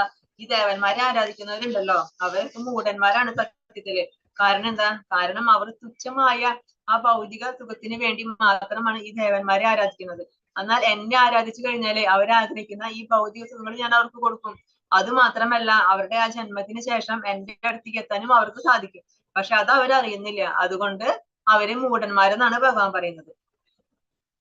കൃഷ്ണാവബോധത്തോടെ ഭഗവത് സേവനത്തിൽ ഏർപ്പെടുന്ന ശുദ്ധ ഭക്തൻ സച്ചിദാനന്ദ അവസ്ഥയിൽ ശാശ്വതമായി വാഴുമെന്നിരിക്കെ ഭക്തന് സിദ്ധിക്കുന്ന നേട്ടവും ഒരു സാധാരണ ദേവാരാധകന്റെ നേട്ടവും എത്ര വ്യത്യസ്തമാണ്. ഭഗവാന് പരിമിതിയില്ല, വരദാനങ്ങൾക്ക് എണ്ണവുമില്ല, കാരുണ്യം അതിരറ്റതാണ്. അതുകൊണ്ട് ശുദ്ധ ഭക്തനിൽ അദ്ദേഹത്തിനുള്ള കനിവും അതിരറ്റതത്രേ. അപ്പൊ നമ്മൾ കൃഷ്ണാവബോധം ശീലിക്കുകയാണെങ്കിൽ നമ്മുടെ അവബോധം കൃഷ്ണനായി മാറ്റുന്നു. നമ്മൾ എല്ലാ കർമ്മങ്ങളും ഭഗവാനെ സമർപ്പിച്ച് ചെയ്യുന്നു. നമ്മൾ എപ്പോഴും ഭഗവാനെ ചിന്തിക്കുന്നു, ഭഗവാന്റെ നാമം ജപിക്കുന്നു. അങ്ങനെ നമ്മുടെ അവബോധം പൂർണ്ണമായും ഭഗവത്മയമായി. അങ്ങനെ ആയിക്കഴിഞ്ഞാൽ നമ്മൾ കൃഷ്ണാബോധത്തിലായി എന്നാണ് പറയാ.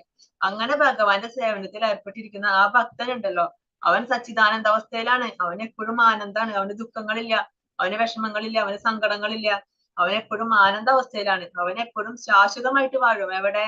എന്റെ ധാമത്തില്, എന്റെ കൂടെ, എന്റെ ധാമത്തില് അവന് വാഴാനായിട്ട് സാധിക്കും. അപ്പൊ അവന് കിട്ടുന്ന നേട്ടം ഒരു സാധാരണ ഒരു ദേവനെയോ ദേവതയോ ആരാധിക്കുന്ന ഒരു വ്യക്തിയുടെ നേട്ടവും എത്ര വ്യത്യാസമാണ്. അവന് ഭൗതിക സുഖങ്ങൾ അനുഭവിക്കാം. അത് കഴിഞ്ഞാൽ എന്താ സംഭവിക്കുക? ഭൗതിക സുഖത്തിന് ഒരു പരിധി ഉണ്ട് അല്ലെ? അത് കഴിഞ്ഞാൽ അദ്ദേഹത്തിന് എന്ത് സംഭവിക്കും? ഇവിടെ നമുക്ക് കുറെ സുഖങ്ങളൊക്കെ കിട്ടി, കുറെ ദാനങ്ങളൊക്കെ ചെയ്തു, ധർമ്മങ്ങളൊക്കെ ചെയ്തു. പക്ഷെ അതിനെ ശാശ്വതമായിട്ട് നിൽക്കാൻ പറ്റുമോ? ഇല്ല. അദ്ദേഹത്തിന്റെ കർമ്മം അനുസരിച്ചിട്ടേ അദ്ദേഹത്തിന് ഏത് പുണ്യലോകങ്ങളിൽ പോവാം. ബ്രഹ്മലോകത്തോ അതല്ലെങ്കിൽ മഹർലോകത്തോ അങ്ങനെ ഏതെങ്കിലും ജനലോകത്തോ തപോലോകത്തോ ഒക്കെ പോവാം, സ്വർഗത്തിൽ പോവാം. അങ്ങനെ അവിടുത്തെ സുഖങ്ങളും ഒക്കെ അനുഭവിച്ച് അദ്ദേഹത്തിന് ജീവിക്കാം. പക്ഷെ എന്താ വ്യത്യാസം? ഭഗവാന്റെ ലോകത്തിൽ പോയി കഴിഞ്ഞാൽ പിന്നെ തിരിച്ചു വരണ്ട, ശാശ്വതമാണ്. ഭഗവാൻ തന്നെ പറഞ്ഞിട്ടുണ്ട്, അത് ശാശ്വതമായതാണ് ഭഗവാന്റെ ധാമം. അതുകൊണ്ട് അവിടെ എത്തിക്കഴിഞ്ഞാൽ അവിടെ തിരിച്ചു വരേണ്ട ആവശ്യമില്ല. ഈ ഭൗതിക ലോകം ദുഃഖാലയമാണ്. ഭഗവാന്റെ ധാമം യദ്ഗത്വന നിവർത്തന്തേ തദ്ധാമ പരമമ്മ. അവിടെ എത്തിക്കഴിഞ്ഞാൽ പിന്നെ തിരിച്ചു വരേണ്ട ആവശ്യമില്ല. പക്ഷെ ഭൗതിക ലോകത്താണെങ്കിലോ, അതായത് നമ്മൾ ഉത്കൃഷ്ട ലോകങ്ങളിൽ പോയി, സ്വർഗത്തിൽ പോയി, എന്താണ്? ആ ബ്രഹ്മഭുവന ലോക പുനരാവർത്തിനോർജുന. ആ ബ്രഹ്മലോകം മുതലുള്ള എല്ലാ ലോകങ്ങളും പുനരാവർത്തി ഉള്ളതാണ്. അതിന് നാശമുണ്ട്. അപ്പൊ ആ നശിക്കുന്ന വരെ അവിടെ ജീവിക്കാം. നശിച്ചു കഴിഞ്ഞാൽ വീണ്ടും നമുക്ക് ഈ ഭൗതിക ലോകത്ത് വരണം, വീണ്ടും ഈ സംസാര സാഗരത്തിൽ വരണം, ഈ ദുഃഖാലയമാകുന്ന ഈ ഭൂമിയിൽ ജനിക്കണം, വീണ്ടും ദുഃഖങ്ങൾ അനുഭവിക്കണം, വീണ്ടും ദുരിതങ്ങൾ അനുഭവിക്കണം. ഇതിങ്ങനെ തുടർന്നുകൊണ്ടിരിക്കും. അപ്പൊ ഭഗവാനെ പ്രാപിച്ചു കഴിഞ്ഞാലോ ഭഗവാന്റെ അടുത്തേക്ക് എത്താനായിട്ട് പറ്റും. തേത്തം ഭുക്ത സ്വർഗലോകം വിശാലം ക്ഷീണേ പുണ്യേ മർത്യലോകം വിശന്തി. എപ്പൊ നമ്മുടെ പുണ്യം തീരുന്നോ, ആ പുണ്യം തീർന്നു കഴിഞ്ഞാൽ നമ്മൾ വീണ്ടും ഭൂമിയിലേക്ക് തന്നെ വരണം. അപ്പൊ അതുകൊണ്ട് ഒരു ദേവനെ ആരാധിക്കുന്നതാണോ അതോ ഭഗവാനെ ആരാധിക്കുന്നതാണോ ഏറ്റവും നല്ലത്? നാഹം പ്രകാശ സർവസ്യ യോഗമായ സമാവൃതഃ മൂഢോയം നാഭിജാനാതി ലോകോ മാമജമവ്യയം. ബുദ്ധിയില്ലാത്തവർക്കും മൂഢന്മാർക്കും ഞാൻ ഒരിക്കലും പ്രത്യക്ഷനാവില്ല. യോഗമായ എന്ന എന്റെ അന്തരംഗ ശക്തി അവരിൽ നിന്ന് എന്നെ മറച്ചു വെക്കുന്നു. തന്മൂലം അജനും അവ്യയനുമാണ് ഞാൻ എന്ന് അവർ അറിയുന്നതുമില്ല. അപ്പൊ ഭഗവാനെ മനസ്സിലാക്കാൻ സാധിക്കില്ല. ആർക്ക്? ബുദ്ധിയില്ലാത്തവർക്ക് ഭഗവാനെ മനസ്സിലാക്കാനായിട്ട് സാധിക്കില്ല. അതുപോലെ മൂഢന്മാർക്കും ഭഗവാനെ മനസ്സിലാക്കാൻ സാധിക്കില്ല. അവർക്കൊരിക്കലും ഞാൻ പ്രത്യക്ഷനല്ല, അവർക്ക് എന്നെ അറിയാനായിട്ട് സാധിക്കില്ല. അപ്പൊ അവരെ മറച്ചു വെക്കും. യോഗമായ എന്ന എന്റെ അന്തരംഗ ശക്തി, ഭഗവാന്റെ അന്തരംഗ ശക്തിയാണ് ഈ യോഗമായ എന്ന് പറയുന്നത്. ആ യോഗമായ ഭഗവാനെ മറച്ചു വെക്കും. നമ്മൾ അമ്പലങ്ങളിൽ പോകുമ്പോ ഒരു കർട്ടൻ ഇട്ട് കഴിഞ്ഞാൽ നമുക്ക് ആ വിഗ്രഹം കാണാൻ പറ്റുമോ? വിഗ്രഹത്തിന് മുന്നിൽ ഒരു കർട്ടൻ ഇട്ടിരിക്കുക, നമുക്ക് കാണാൻ പറ്റുമോ? കാണാൻ പറ്റില്ല. അതുപോലെയാണ് യോഗമായ കർട്ടൻ ഇടും. നമ്മൾക്കും ഭഗവാന്റെ ഇടയിൽ കർട്ടൻ ഇട്ട് കഴിഞ്ഞാൽ നമുക്ക് ഭഗവാനെ കാണാൻ സാധിക്കില്ല. ആ മൂഢന്മാർക്കും ബുദ്ധിയില്ലാത്തവർക്കും ഇടയിൽ യോഗമായ എന്താ ചെയ്യുന്നത്? അവരെ മറച്ചു വെക്കും. ഭഗവാനെ കാണാനായിട്ട് സമ്മതിക്കില്ല. ആ മായ അവരെ മറച്ചു വെക്കും. തന്മൂലം അവർക്ക് ഭഗവാനെ പറ്റി അറിയാൻ സാധിക്കില്ല. ഭഗവാൻ എങ്ങനെയാണ്? ഭഗവാൻ അജനാണ്, ജനനമില്ലാത്തവനാണ്. അതുപോലെ അവ്യയനാണ്, ഒരിക്കലും നാശമില്ല, ഒരിക്കലും നശിക്കില്ല ഭഗവാൻ. പക്ഷെ അത് അവർക്ക് അറിയാൻ സാധിക്കുന്നില്ല. കാരണം ആ മൂഢന്മാരായതുകൊണ്ട് ആ യോഗമായ അവരെ കാണാൻ സാധിക്കില്ല. യോഗമായ അവരിൽ നിന്ന് എന്നെ മറച്ചു വെക്കുന്നതാണ് പറയുന്നത്. വേദാഹം സമധീതാനി വർത്തമാനാനി ചാർജുന ഭവിഷ്യാണി ച ഭൂതാനി മം തു വേദന കശ്ചന. ഹേ അർജുന, പരമപുരുഷനായ എനിക്ക് പണ്ടുണ്ടായതും ഇന്ന് സംഭവിക്കുന്നതും മേലിൽ വരാൻ പോകുന്നതുമായ എല്ലാം അറിയാം. എല്ലാ ജീവാത്മാക്കളും എനിക്ക് സുപരിചിതരാണ്, പക്ഷെ എന്നെ ആർക്കും അറിയാൻ വയ്യ. ഭഗവാൻ പറയുന്നത് ഓരോ ജീവാത്മാവിന്റെയും ഭൂതം, അവരുടെ വർത്തമാനം, ഇപ്പൊ നടന്നുകൊണ്ടിരിക്കുന്നത്, ഇനി അവരുടെ ഭാവി, അവർക്കൊക്കെ എന്താ സംഭവിക്കാൻ പോകുന്നത്, ഇതൊക്കെ എനിക്ക് നന്നായിട്ട് അറിയാനായിട്ട് സാധിക്കും. പക്ഷെ നമുക്കറിയോ? നമുക്ക് നമ്മുടെ മുൻജന്മം അറിയില്ല. പിന്നെ നമുക്ക് മറ്റൊരു കാര്യം അറിയാൻ പറ്റുമോ? പക്ഷെ ഭഗവാൻ പറയണ എനിക്ക് എല്ലാവരുടെയും അറിയാം. നിങ്ങൾ ഓരോരുത്തരുടെയും, ഓരോ ജീവാത്മാക്കളുടെയും എല്ലാ കാര്യങ്ങളും എനിക്ക് വളരെ വ്യക്തമായിട്ട് അറിയാം. അവരുടെ കഴിഞ്ഞ കാലം എനിക്കറിയാം, അവരിപ്പൊ നടന്നുകൊണ്ടിരിക്കുന്നത്, ഇപ്പൊ ചെയ്തുകൊണ്ടിരിക്കുന്ന കാര്യം എനിക്കറിയാം. ഇനി എന്താണ് അവര് ഭാവിയിൽ ചെയ്യാൻ പോകുന്നത്, ഇതെല്ലാം എനിക്ക് വളരെ നന്നായിട്ട് അറിയാം. നമുക്ക് എന്ത് മനസ്സിലായി? നമ്മുടെ ഫ്യൂച്ചറൊക്കെ, നമ്മുടെ ജീവിതം ഓൾറെഡി ഡിസൈൻ ചെയ്ത് വെച്ചിട്ടുണ്ട്. എങ്ങനെയാണ് നമ്മുടെ ഭാവിയിൽ എന്തൊക്കെ സംഭവിക്കുന്നത് ഭഗവാൻ അറിയാന്നാ പറയുന്നത്. അപ്പൊ നമ്മുടെ മുൻജന്മ കർമ്മം അനുസരിച്ചിട്ട് നമുക്ക് ഈ ലൈഫിൽ നമ്മൾ എന്തൊക്കെ അനുഭവിക്കണം, ഇനി എന്തൊക്കെ അനുഭവിക്കാൻ കിടക്കുന്നുണ്ട്, ഇനി എത്ര കാലം ഇവിടെ ജീവിക്കണം, ആ നമ്മുടെ മരണത്തിനുള്ളിൽ നമ്മൾ ഇനി എന്തൊക്കെ ഏതൊക്കെ ദുഃഖങ്ങളാണോ, സങ്കടങ്ങളാണോ, സന്തോഷങ്ങളാണോ, എന്തൊക്കെ നമ്മുടെ ലൈഫിൽ വരാൻ പോകുന്നത്, ഇതൊന്നും നമുക്ക് അറിയില്ല. പക്ഷെ ഇതൊക്കെ ഭഗവാൻ അറിയാം. ഭഗവാൻ ഓൾറെഡി ഇതൊക്കെ ഡിസൈൻ ചെയ്ത് വെച്ചിട്ടുണ്ടെന്നാണ് പറയുന്നത്. ഭഗവാന് ഭാവി അറിയാന്നാ പറയുന്നത്. അപ്പൊ നമ്മുടെ ഈ ജന്മമൊക്കെ നമ്മുടെ മുൻ ജന്മങ്ങളെ ബേസ് ചെയ്തിട്ടിരിക്കും. ഇനി നമ്മുടെ അടുത്ത ജന്മം എങ്ങനെയായിരിക്കും? നമ്മുടെ ഈ ജന്മത്തിലെ കർമ്മം അനുസരിച്ചിരിക്കും. അപ്പൊ നമ്മൾ എന്ത് ചെയ്യാ? നമ്മൾ ഇത്ര കാലം ചെയ്തു പോയിട്ടുണ്ടാവാം, അത് നമുക്കൊന്നും ചെയ്യാൻ പറ്റില്ല. കഴിഞ്ഞത് നമുക്കൊന്നും ചെയ്യാൻ പറ്റില്ല. പക്ഷെ നമുക്ക് ഒരു കാര്യം ചെയ്യാൻ പറ്റും. ഇനി നമുക്ക് അടുത്ത ജന്മം എങ്ങനെയായിരിക്കണം അത് നമുക്ക് തീരുമാനിക്കാൻ പറ്റും. അപ്പൊ അതിനനുസരിച്ച് നമ്മൾ കർമ്മം ചെയ്യാം. നമ്മൾ കൂടുതൽ ഭഗവാനുമായിട്ട് ബന്ധപ്പെടുത്തി കർമ്മം ചെയ്യുക. അങ്ങനെ നമ്മൾ ഭഗവാനെ ബന്ധപ്പെട്ട് കർമ്മം ചെയ്യുകയാണെങ്കിൽ, ഭഗവാനെ സമർപ്പിച്ചുകൊണ്ട് കർമ്മം ചെയ്യുകയാണെങ്കിൽ നമ്മുടെ കുറെ പാപങ്ങളൊക്കെ ഭഗവാൻ അങ്ങനെ തന്നെ ഇല്ലാതാക്കും. അപ്പൊ അതുകൊണ്ട് നമ്മൾ എന്ത് ചെയ്യണം? നമ്മൾ എപ്പോഴും കർമ്മം ചെയ്യുമ്പോൾ ഭഗവാനെ സ്മരിക്കുക. ഭഗവാനെ സ്മരിക്കാത്ത ഒരു കർമ്മവും നമ്മുടെ ലൈഫിൽ ഉണ്ടാകും. നമ്മൾ അങ്ങനെ തീരുമാനിക്കുക. അങ്ങനെ എല്ലാം ഭഗവാന് വേണ്ടി സമർപ്പിച്ച് ചെയ്ത് നമുക്ക് ഈ ജന്മത്തിൽ അല്ലെങ്കിൽ അടുത്ത ജന്മത്തിൽ നമുക്ക് ഭഗവാനിലേക്ക് എത്താനായിട്ട് ശ്രമിക്കണം. നമ്മളെ കൊണ്ട് ചെയ്യാൻ പറ്റുന്നത് അതാണ്. യേഷാം ത്വന്ദഗതം പാപം ജനാനാം പുണ്യകർമ്മണാം തേ ദ്വന്ദ്വമോഹ നിർമുക്താ ഭജന്തേ മാം ദൃഢവ്രതാഃ. പൂർവജന്മങ്ങളിലും ഈ ജന്മത്തിലും പുണ്യകർമ്മങ്ങൾ ചെയ്തിട്ടുള്ളവർ അവരവരുടെ പാപഫലങ്ങൾ നിർമാർജനം ചെയ്ത് ദ്വന്ദ്വ വ്യാമോഹങ്ങളിൽ നിന്നും മുക്തരാകുന്നു. അങ്ങനെ അവർ ദൃഢനിശ്ചയത്തോടെ എന്റെ സേവനത്തിന് മുഴുകും. ഇനി മുൻ ജന്മങ്ങളിലും അതുപോലെ ഈ ജന്മത്തിലും പുണ്യം ചെയ്തിട്ടുള്ളവര്, ദാനങ്ങളായിരിക്കാം, ദാനധർമ്മങ്ങള്, യജ്ഞം, തപസ്, അങ്ങനെയൊക്കെ കുറെ പുണ്യകർമ്മങ്ങൾ ചെയ്യുമ്പോ അതിന്റെ ഒക്കെ നമ്മുടെ പാപം ഇല്ലാതാവും. അപ്പൊ ഇപ്പൊ നമ്മള് ഉദാഹരണം പറയുകയാണെങ്കിൽ, നാരങ്ങ വെള്ളം കുടിക്കാന്നുണ്ടെങ്കിൽ നല്ല പുളിയായിരിക്കും അല്ലെ? നാരങ്ങ വെള്ളത്തിൽ പിഴിഞ്ഞിട്ട് എടുത്തു കഴിഞ്ഞാൽ വെള്ളം കുടിച്ചാൽ നല്ല പുളിയായിരിക്കും, കുടിക്കാൻ പറ്റില്ല. അപ്പൊ നമ്മൾ കുറച്ച് പഞ്ചസാര ചേർത്ത് കഴിഞ്ഞാൽ പുളി കുറയും, വീണ്ടും കുറച്ചിട്ട് പഞ്ചസാര ചേർത്ത് കഴിഞ്ഞാൽ പുളി കുറയും. അങ്ങനെ പഞ്ചസാര ചേരുന്നതിനനുസരിച്ചിട്ട് അതിന്റെ പുളി കുറഞ്ഞ് അത് മധുരമായിട്ട് വരും. അതുപോലെയാണ് നമ്മുടെ കർമ്മങ്ങള്. നമ്മുടെ കർമ്മങ്ങൾ, നമ്മുടെ പാപങ്ങൾ എങ്ങനെയാ തീരുന്നത്? നമ്മൾ പുണ്യകർമ്മങ്ങൾ ചെയ്യുമ്പോൾ നമ്മുടെ കുറച്ച് പാപങ്ങൾ തീരും. വീണ്ടും പുണ്യകർമ്മം ചെയ്യുമ്പോൾ അങ്ങനെ പുണ്യം ചെയ്ത് ചെയ്ത് ചെയ്ത് നമ്മുടെ പാപങ്ങളെ നമുക്ക് ഇല്ലാണ്ടാക്കണം. നമ്മുടെ എല്ലാ പാപത്തിന്റെയും ഫലങ്ങളെ നമുക്ക് നിർമ്മാർജ്ജനം ചെയ്യാനായിട്ട് സാധിക്കും. അങ്ങനെ ചെയ്തു കഴിഞ്ഞാൽ പിന്നെ നമുക്ക് ദ്വന്ദ്വ വ്യാമോഹങ്ങളൊന്നും ഉണ്ടാവില്ല. സുഖം ദുഃഖം നമ്മുടെ പാപങ്ങളൊക്കെ പോയി നമ്മൾ പ്യൂരിഫൈ ആയ, നമ്മൾ ശുദ്ധമായി കഴിഞ്ഞാൽ പിന്നെ നമുക്ക് ഈ ഭൗതിക ലോകത്തിലെ വിഷയങ്ങളും നമ്മളെ ബാധിക്കില്ല. സുഖം ദുഃഖം, നിന്ദ സ്തുതി, മാനം അപമാനം, രാഗം ദ്വേഷം, ഇതൊന്നും നമുക്ക് ഉണ്ടായിരിക്കില്ല. അപ്പൊ അവരെന്ത് ചെയ്യും? അങ്ങനെ ഇല്ലാതായി കഴിഞ്ഞാൽ പിന്നെ നമുക്ക് ഭഗവാനെ സേവനം ചെയ്യാനായിട്ടുള്ള ആ ദൃഢനിശ്ചയം ഉണ്ടായിരിക്കും. ആ ദൃഢനിശ്ചയത്തോടു കൂടി ഭഗവാനെ സേവനം ചെയ്യാനായിട്ട് നമുക്ക് സാധിക്കും. അപ്പൊ നമ്മൾ എന്താ ചെയ്യേണ്ടത്? നമ്മൾ പുണ്യകർമ്മങ്ങൾ ചെയ്യാം. പക്ഷെ നമ്മൾ ഫലം ആഗ്രഹിച്ചുകൊണ്ടായിരിക്കരുത് ഒരു പുണ്യകർമ്മം. എന്ത് കർമ്മം ചെയ്യുകയാണെങ്കിലും അതിന്റെ ഫലം ആഗ്രഹിച്ചുകൊണ്ടായിരിക്കരുത്. ഈവൻ എന്റെ പാപങ്ങൾ തീരണേ എന്ന് പോലും നമ്മൾ ആഗ്രഹിക്കാൻ പാടില്ല. അപ്പോൾ നമ്മുടെ ഫലം ആഗ്രഹിച്ചു. അപ്പൊ നമ്മളൊന്നും ആഗ്രഹിക്കാൻ പാടില്ല. അങ്ങനെ ആഗ്രഹിക്കാതെ വേണം നമ്മള് എല്ലാം ഭഗവാനെ സമർപ്പിച്ച് എല്ലാം വിട്ടുകൊടുക്കുക. ഭഗവാന് വിട്ടുകൊടുക്കുക. ഞാൻ ചെയ്യുന്നു, അത്രേ ഉള്ളൂ. ബാക്കിയെല്ലാം ഭഗവാന്റെ തീരുമാനം. അങ്ങനെ ഭഗവാന് വിട്ടുകൊടുത്ത് നിഷ്കാമമായിട്ട് വേണം എല്ലാ കർമ്മങ്ങളും ചെയ്യാനായിട്ട്.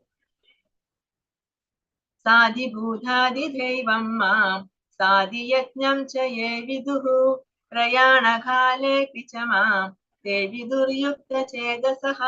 എന്നെ അറിയുകയും എപ്പോഴും എന്നെ കുറിച്ചുള്ള ബോധം പുലർത്തുകയും ചെയ്യുന്നവർ ഭൗതിക പ്രപഞ്ചങ്ങളുടെയും ദേവന്മാരുടെയും സർവ്വയജ്ഞങ്ങളുടെയും നിയന്താവായ ഭഗവാനാണ് ഞാനെന്നറിയുന്നവർ മരണസമയത്ത് പോലും എന്നെ സ്മരിക്കും. അങ്ങനെ ഭഗവാനെ അറിയുന്ന ഒരാള് നമ്മൾ 5-ാം അധ്യായത്തിൽ പഠിച്ചില്ലേ? ഭോക്താരം യജ്ഞ തപസാം സർവ്വലോക മഹേശ്വരം. ഭഗവാനാണ് സർവ്വയജ്ഞങ്ങളുടെയും തപസ്സിന്റെയും ഭോക്താവ്. പിന്നെ എന്താണ്? സർവ്വലോക മഹേശ്വരം. സർവ്വലോകങ്ങളുടെയും ഭൗതിക ലോകത്തിന്റെയും ആധ്യാത്മിക ലോകത്തിന്റെയും ആ നിയന്താവ് ആരാണ്? ഭഗവാനാണ്. സൃഷ്ടിച്ചത് ആരാണ്? ഭഗവാനാണ്. നിലനിർത്തുന്നത് ഭഗവാനാണ്. അതിനെ സംഹരിക്കുന്നതും ഭഗവാനാണ്. ഇതെല്ലാം അറിയുന്ന ഒരു വ്യക്തി. ആ എല്ലാ ഭൗതിക പ്രപഞ്ചങ്ങളുടെയും ദേവന്മാരുടെയും എല്ലാ ദേവന്മാരും എന്റെ ശക്തിയാണ്. എല്ലാ സർവ്വ ജീവജാലങ്ങളും എന്റെ ശക്തിയാണ്. എല്ലാവരും നിയന്ത്രിക്കുന്നത് ഞാനാണ്. എല്ലാത്തിനും പരമ നിയന്താവ് എന്ന് പറയുന്നത് ഞാനാണ്. ഇങ്ങനെ ഭഗവാനെ പൂർണ്ണമായും മനസ്സിലാക്കിയ ഒരു വ്യക്തി, ആ വ്യക്തിക്ക് മരണസമയത്ത് പോലും ഭഗവാനെ സ്മരിക്കും എന്നാണ് പറയുന്നത്. നമ്മൾ എന്തിനിപ്പോ നാമൊക്കെ ജപിക്കുന്നത്? നമ്മൾ നാമം ജപിക്കുന്നു, ഭഗവത്ഗീത കേൾക്കുന്നു, ഭാഗവതം വായിക്കുന്നു. നമ്മൾ നമ്മുടെ ചിന്തകളിൽ ഭഗവാനെ കൊണ്ടുവരുന്നു. എന്തിനാണ് നമ്മൾ അതൊക്കെ ചെയ്യുന്നത്? അന്തേ നാരായണ സ്മൃതി, മരണസമയത്ത് ഭഗവാനെ സ്മരിക്കാൻ, ഭഗവാനെ ഓർക്കാൻ വേണ്ടിയിട്ടാണ് നമ്മൾ അതൊക്കെ ചെയ്യുന്നത്. അപ്പൊ നമ്മൾ ഇപ്പോഴേ നമ്മൾ ചെയ്തു കഴിഞ്ഞാലേ നമുക്ക് മരണസമയത്ത് ഭഗവാനെ ഓർമ്മ വരുള്ളൂ. അപ്പൊ അതാണ് ഭഗവാൻ പറയുന്നത്. അങ്ങനെ എന്നെ അറിയുകയാണെങ്കിൽ, എന്നെ പറ്റി പൂർണ്ണമായും ജ്ഞാനം നേടിക്കഴിഞ്ഞാൽ നിങ്ങൾ എല്ലാവരും എനിക്ക് സേവനം ചെയ്യും. അങ്ങനെ നിങ്ങൾ സേവനം ചെയ്യുമ്പോൾ ഞാനൊരു സംതൃപ്തനായിരിക്കും. ആ വ്യക്തിക്ക്, അങ്ങനെ എനിക്ക് സേവനം ചെയ്യുന്ന ആ വ്യക്തിക്ക്, എന്നെ പൂർണ്ണമായും മനസ്സിലാക്കിയ ആ ജ്ഞാനിക്ക് മരണസമയത്ത് എന്നെ സ്മരിക്കാനാവും. കാരണം ഈ ഓർമ്മയും അറിവും കൊടുക്കുന്നത് ആരാണ്? ഭഗവാനാണ്. അപ്പൊ ആ സമയത്ത് ആ വ്യക്തിയുടെ സ്മരണയില് ഭഗവാൻ കൊടുക്കും. ഭഗവാനെ ഓർമ്മിക്കാനുള്ള ആ സ്മരണ ആ വ്യക്തിക്ക് ഭഗവാൻ കൊടുക്കും. അങ്ങനെ നമുക്ക് ഭഗവാനിലേക്ക് എത്താനായിട്ട് സാധിക്കും. ഹരേ കൃഷ്ണ കൃഷ്ണ കൃഷ്ണ ഹരേ ഹരേ, ഹരേ രാമ രാമ രാമ ഹരേ ഹരേ. വാഞ്ചാകൽപതരുഭ്യശ്ച കൃപാ സിന്ധു പതിതാനാം പാവനേഭ്യോ വൈഷ്ണവേഭ്യോ നമോ നമഃ. അനന്തകോടി വൈഷ്ണവ